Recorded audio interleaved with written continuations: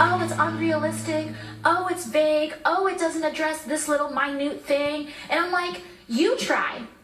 You do it. Right. Because you're not. Because you're not.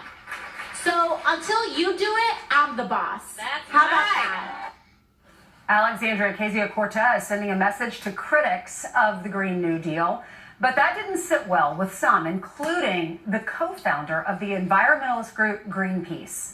Patrick Moore is tweeting this. Pompous little twit. You don't have a plan to grow food for 8 billion people without fossil fuels or get the food into the cities? Horses? Question mark. If fossil fuels were banned, every tree in the world would be cut down for fuel for cooking and heating. You would bring about mass death. Close quote. Patrick Moore is also the author of Confessions of a Greenpeace Dropout, the making of a sensible environmentalist, and he joins us right now live from our nation's capital. Patrick, good morning to you. Good morning.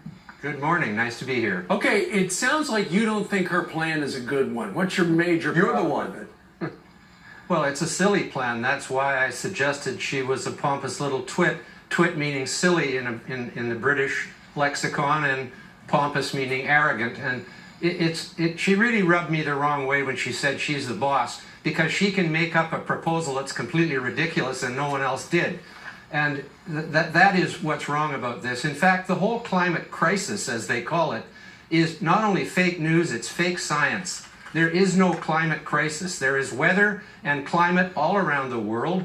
And in fact, carbon dioxide is the main building block of all life. That's where the carbon comes from in carbon-based life, which is all life on land and in the sea. And not only that, a little bit of warming would not be a bad thing for myself being a Canadian, and the people in Russia wouldn't mind a little couple of degrees warmer either. But Patrick, you know, there are so many scientists who have come out and have said that climate change is real. Yes, of course climate change is real. It's been happening since the beginning of time.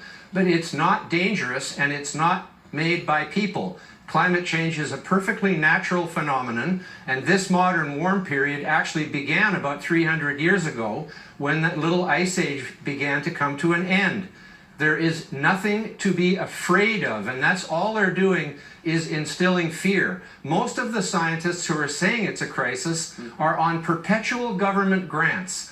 On one hand, they say the science is settled and people like myself should just shut up because they know what's right. On the other hand, they seem to keep studying it forever as if there's something new to find out. And those two things are completely contradictory. Carbon dioxide is actually a benefit to the world. I'm in Washington this week for a directors meeting of the CO2 Coalition, whose purpose, and you should take a look at the CO2 Coalition online because we have some of the top scientists in the United States and Canada on board, and we believe that carbon dioxide is entirely beneficial to both the environment, to agriculture and forestry, and to the climate of the earth. Patrick, I know you were president of Greenpeace in Canada, 7 years as a director of Greenpeace International. You founded this organization and then you left. Why were you one of the founders, and why did you decide to leave?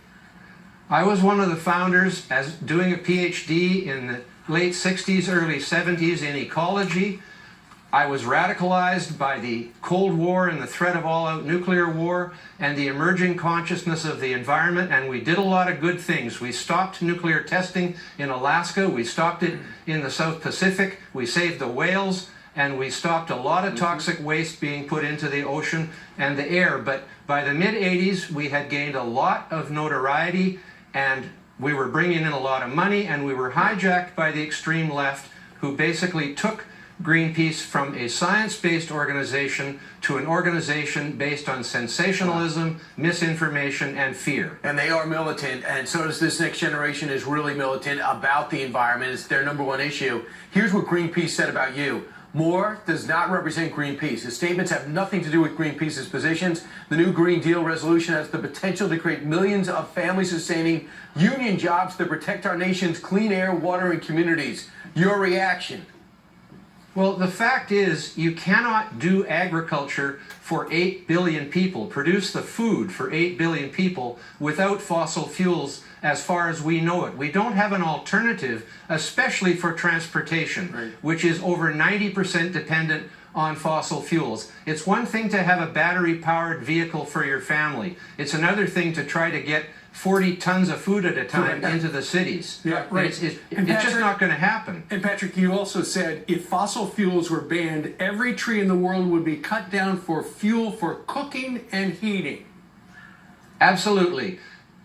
The fact is 85% of the world's energy is from fossil fuels, and the carbon dioxide that's being emitted from burning it was actually taken out of the atmosphere and the oceans millions of years ago and stored in sediments. We are now releasing it back into the atmosphere where it can fertilize the life on Earth. Carbon dioxide and water are the two main constituents of all life.